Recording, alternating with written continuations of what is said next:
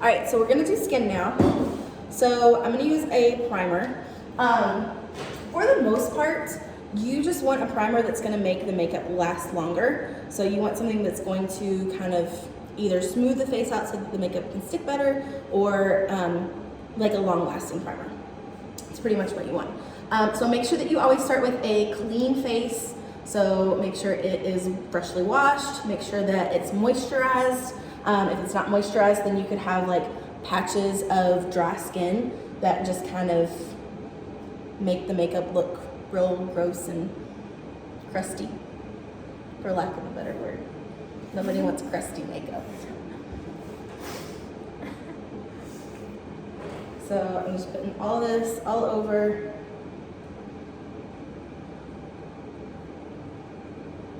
And because we already did the brows and the eyes, really be careful when you're working around those that you're not getting product in them, because if you do, then you're gonna have to go back and fix that.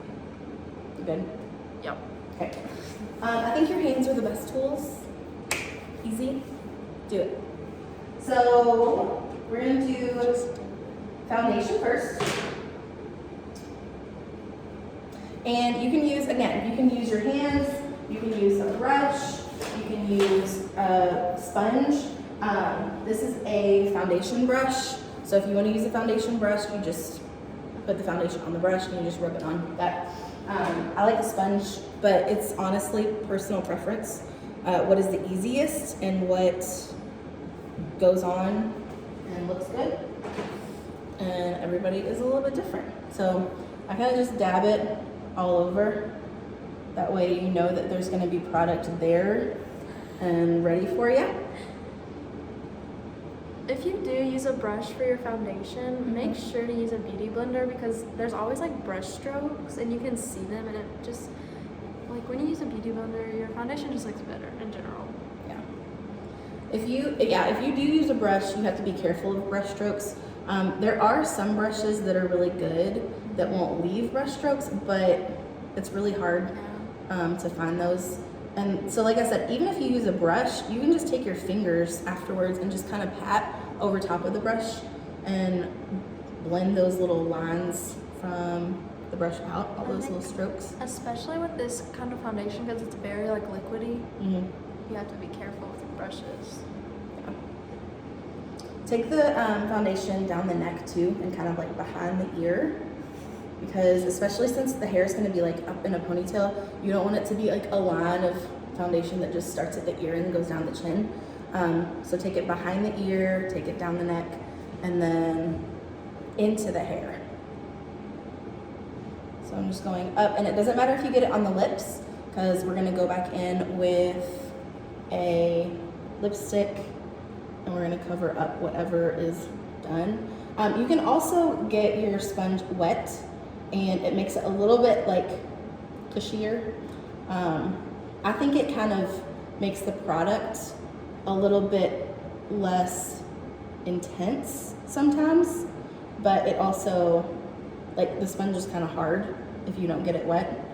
So just be careful, play around with that. When you're getting into the eyebrows, make sure you go right down to where you filled in, because you don't want to have like a line of foundation that stops above the eyebrow.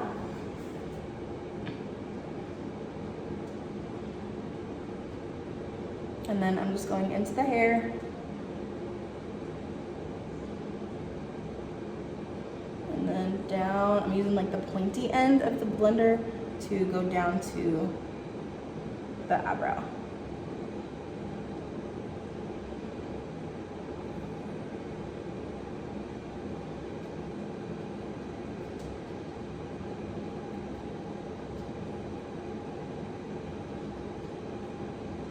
And if you run out of makeup and you need to go back and grab some more, get some more.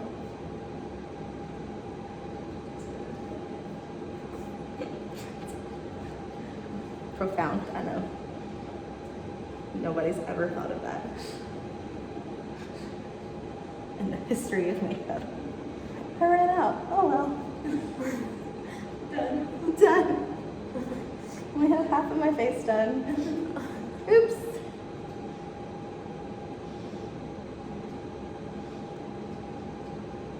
Okay, so I'm gonna go around her eyes with the pointy end. So there's not a ton of makeup left. So I'm just gonna kind of smooth this out so that it doesn't leave any weird blotches or patches or anything. And then I'm gonna come in with the pointy tip to do the rest of everything. It's so hard to get foundation off a wall. What? It's hard to get foundation off a wall. Oh. I don't recommend it. Try to avoid getting it on the wall or carpet or the whatever. So I'm doing this part, I'm just putting it on my hand and I'm gonna kind of just go in and grab some on the sponge so that it is, I don't wanna like have extra globs of foundation around her eye or something if I don't end up needing it there. So I'm just going in, and you can kind of squeeze the sponge and make it a little bit flatter if you need to.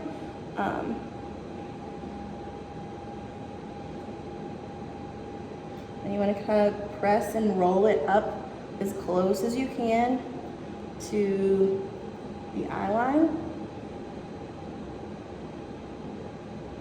A little bit more up there. And I'm going to do the same thing, so look up for me. Down here. I'm just kind of dabbing it.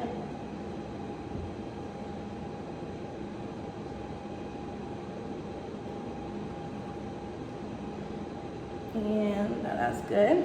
I'm gonna go around the nose. And this little tip is good to get in the crevices of the nose.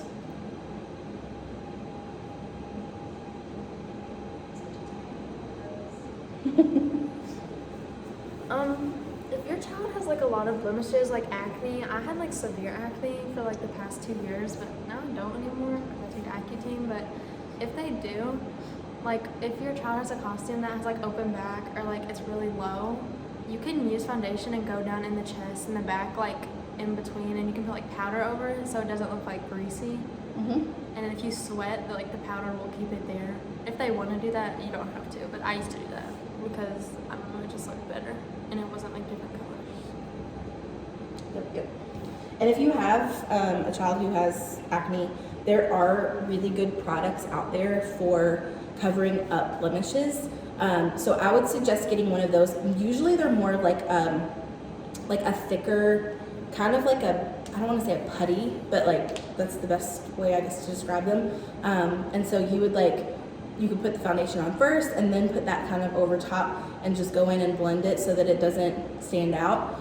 Or you could try to do that first and then put the foundation on top. I would probably do foundation first and then go in and try to spot conceal those areas. But like I said, I would try to go to someplace like Ulta or Sephora and tell them that that's what you need, is like a spot concealer to cover up. And they even make cover up for like tattoos and stuff. So I would get something along those lines. That way, you know that it's gonna really do a good job and cover up any little bumps or blemishes or even like scars. And if your kid's skin is like really sensitive, Bare Minerals has really good like primer, and it's like organic and it's really good for the skin.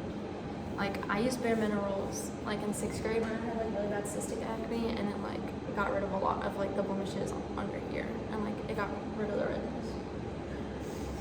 So yeah, there's so many different things that could happen with skin.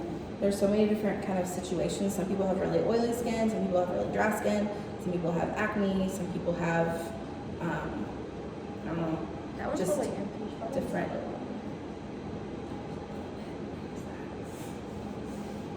Okay, let me use your concealer brush. All right, so we're gonna do concealer, and I'm just putting a little bit of concealer on this little brush, and it's a little baby brush. And this concealer isn't necessarily for concealing like blemishes and things like that. Concealer, you want to be a little bit lighter than the shade of foundation, and you want to almost use it as like a highlight going in. So we're going to put this under the eyes just to kind of brighten that up and to cover up any extra pigment that's down there, like any Try to keep your eyes looking up because I don't want you to get any concealer on your lashes. And this Bye Bye Under Eye is really, really good, and it lasts a long time. So like one tiny, tiny, tiny little drop will probably do both eyes.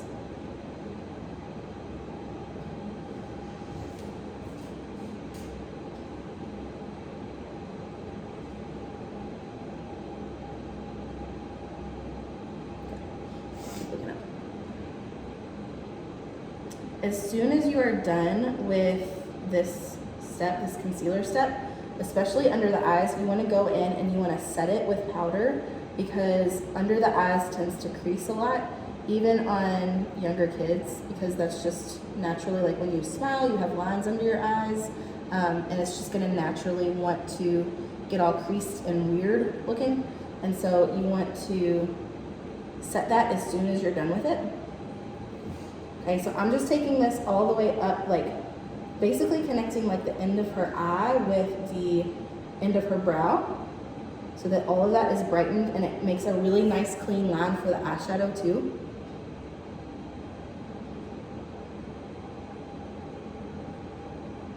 And then if you do happen to get this in your lashes or anything, you can always just go back with a little mascara and dab that on.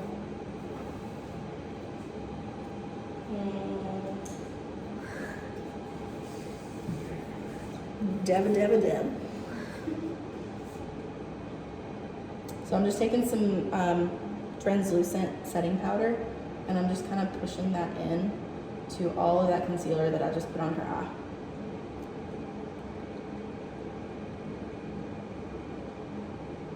So that it doesn't go anywhere and it doesn't crease, doesn't look crazy.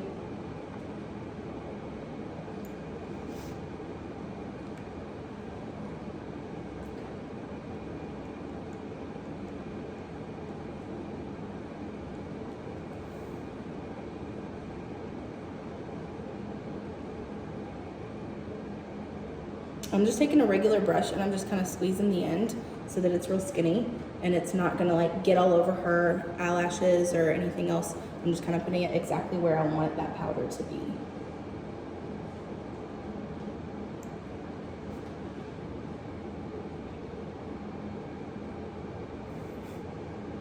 The brush is kind of leaving little marks. I don't know why, but I just got like the instinct to like bite your finger. Weirdo.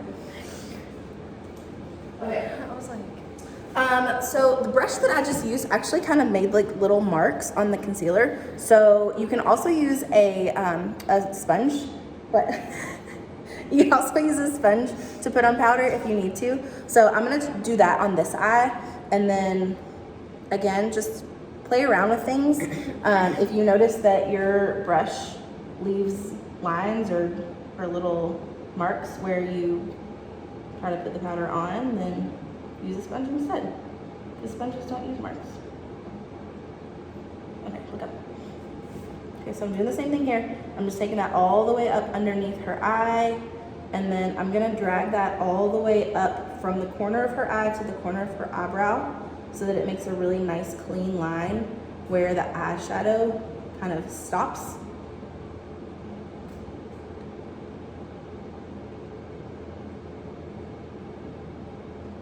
There's a shadow of your lashes on your face, and it's really funny looking.